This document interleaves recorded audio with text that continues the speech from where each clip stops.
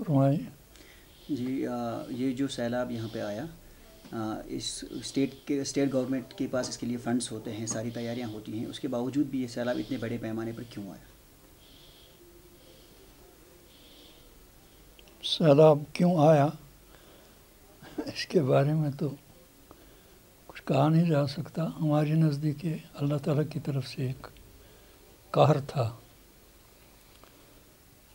معاشرے میں کمزوریاں پیدا ہو جاتی ہیں اور ان کمزوریوں کے نتیجے میں سارے گھیرے جاتے ہیں۔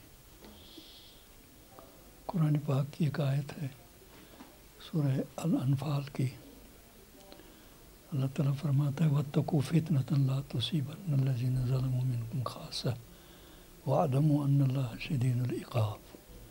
ان فتنوں اور آزمائشوں سے بچے رہو جن میں وہی لوگ گرفتار نہیں کیے جائیں گے جو بدیوں اور برائیوں کا ارتکاب کرتے ہیں، بلکہ وہ لوگ بھی پکڑے جائیں گے جو تماشائی بن کر ان بدیوں کو فروغ دینے میں مددگار بنتے ہیں۔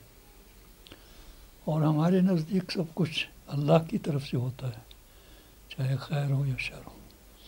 اس لیے یہ پوچھنا کہ کیوں آیا، تو بہرحال اللہ تعالیٰ کی منشا ہے۔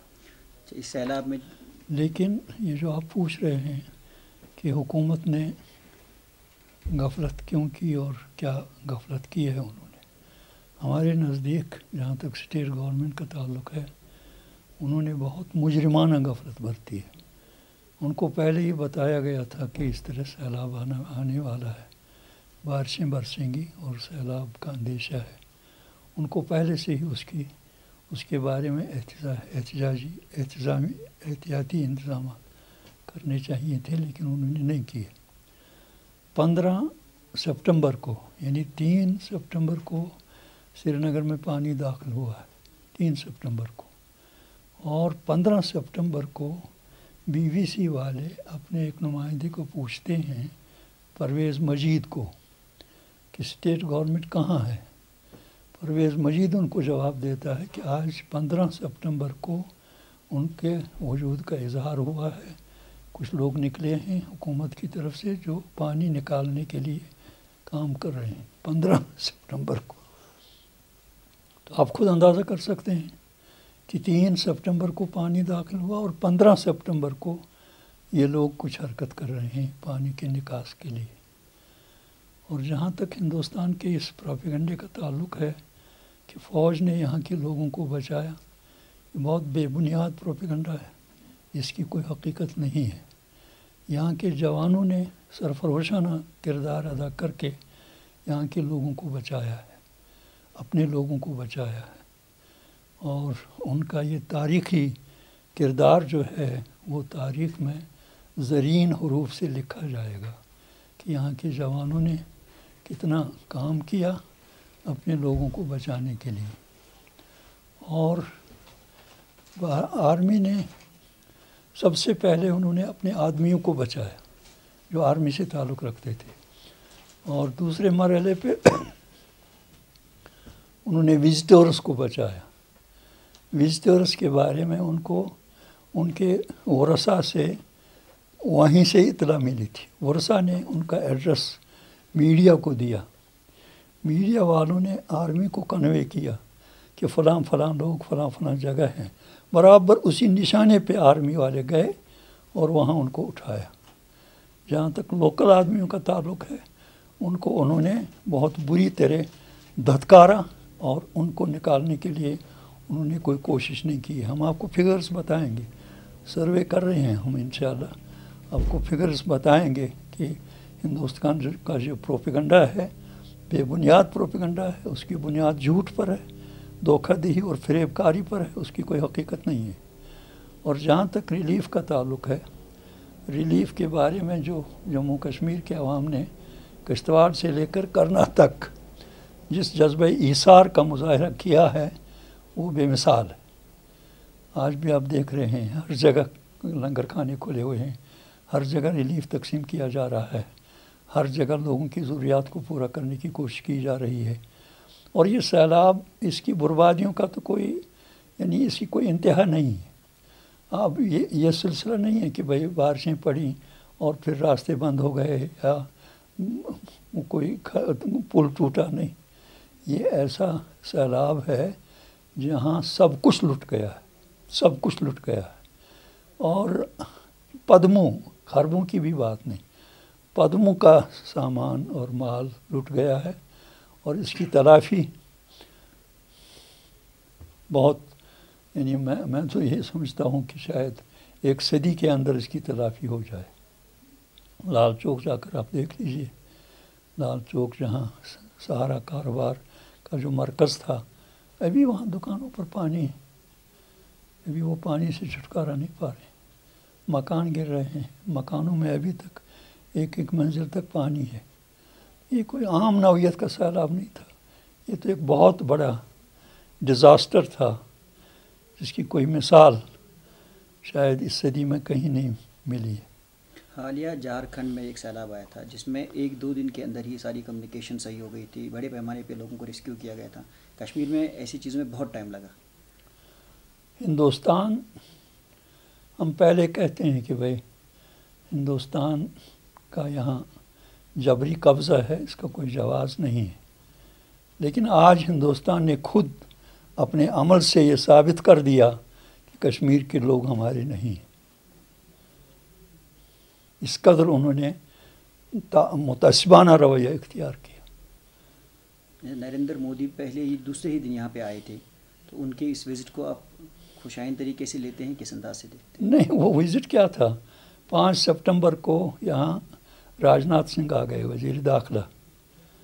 5 سپٹمبر کو سیلاب جوبن پر تھا، لیکن انہوں نے کوئی ایسی بات نہیں کہی تھی جس کے بارے میں، جو سیلاب کے بارے میں لوگوں کے لیے کوئی تسلی کی بات ہوتی.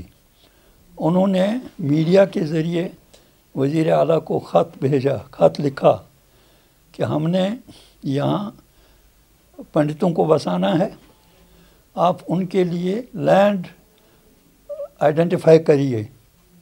ہم نے ان کے لیے 5 ارب روپے رکھے ہیں، ہم وہ صرف کرنے جا رہے ہیں. اس کو اپنے پنڈت بھائیوں کی پریشانی رہی جس کے لیے اس نے لینڈ مانگا یہاں کے وزیر اعلیٰ سے، نام نہاد وزیر اعلیٰ سے.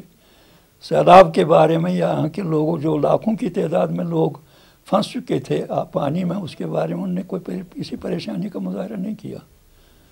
ہر آفت پر عالمی ادارے یا عالمی تنظیمیں کام کرتی ہیں، کشمیر میں ایسا کچھ زیادہ دکھنے میں نہیں آیا. اس لیے کہ ہندوستان ان کو یہاں کے لیے نہ تو ریلیف کے لیے اجازت دیتا ہے اور نہ ان کو یہاں آنے کی اجازت دیتا ہے. ورنہ دنیا میں ہم نے برطانیہ کے ساتھ ہمارے رابطے ہیں، وہاں کے دوست جو کشمیر کے ہیں یا آزاد کشمیر کے لوگ ہیں، اور ہر جگہ سے ہم نے یہاں OIC کو ہم نے اپیل کی، اور وہ مسلم 57 مسلم ممالک یہاں ریلیف بھیجنے کے لیے تیار ہیں، یہاں آنے کے لیے تیار ہیں. اور اقوام متحدہ کا ادارہ جو ہے، ہم نے بان کی مون کے ساتھ بالواسطہ رابطہ کیا، وہ بھی تیار ہیں ریلیف دینے کے لیے. لیکن انڈیا ان کو اجازت نہیں دیتا. انڈیا کی پالیسی ہے کہ کشمیر کے لوگ مریں، ڈوب جائیں، ہمیں زمین کی ضرورت ہے بس، اور کوئی چیز ان کو کسی چیز کے ساتھ دلچسپی نہیں ہے. تو آل پارٹیز حریت کانفرنس کے چیئرمین کی حیثیت سے آپ قوم کو اس ایشو پہ اب فیوچر کے حوالے سے کیا کہنا چاہیں گے؟ فیوچر کے حوالے سے بہرحال اللہ تعالیٰ نے ہم کو یہ ایک موقع دیا ہے جس میں ہمارے جوانوں نے بڑی سرفروشی کا مظاہرہ کیا ہے، ہمت کا، حوصلے کا، عزم کا، اور اس پر ہمیں ثابت قدم رہنا ہے. اور ہمیں کسی بھی حیثیت سے اللہ کے بغیر کسی اور ظاہری قوت پر بھروسہ نہیں رکھنا ہے. بھارت کی تو بات ہی نہیں ہے، بھارت تو ہمارا بدترین دشمن ہے. وہ ہمارے حق کو طاقت کی بنیاد پہ پامال کر رہا ہے گزشتہ 87 سال سے. اور آج جو اس نے رویہ ظالمانہ اور متعصبانہ رویہ دکھایا ہے، اس کے بعد تو سوال ہی پیدا نہیں ہوتا ہے کہ ان پر کوئی بھروسہ کیا جائے. اچھا، پاکستان بھی یہ سیلاب چلا گیا، وہ تو ضروری تھا، نیچرل، نیچرل. وہ پاکستان کے عوام سے کچھ کہنا چاہیں گے؟ ان کے ساتھ بھی ہماری ہمدردیاں ہیں. میں آپ کو بتاؤں گا کہ ہمارا جو ویژن ہے وہ وسیع تر ہے. ہم دنیا کے سارے انسانوں کو انسانی رشتوں کے بھائی اور بہنیں سمجھتے ہیں، اس لیے کہ پیارے رسول صلی اللہ علیہ وسلم نے فرمایا ہے الخلق عیال اللہ، کائنات کی ساری مخلوق فیملی ممبرز آف آلمائٹی اللہ. الخلق عیال فأحب الخلق الی اللہ من احسن الی عیالہ. اللہ تعالیٰ کے نزدیک تم میں سے صرف وہ اچھا ہے، محبوب ہے، جو اللہ تعالیٰ کے بندوں کے ساتھ اچھائی برتے. یہ ہمارا ویژن ہے، یہ ہمارا اصول ہے. سب انسانوں کے ساتھ ہمیں اچھا سلوک برتنا چاہیے.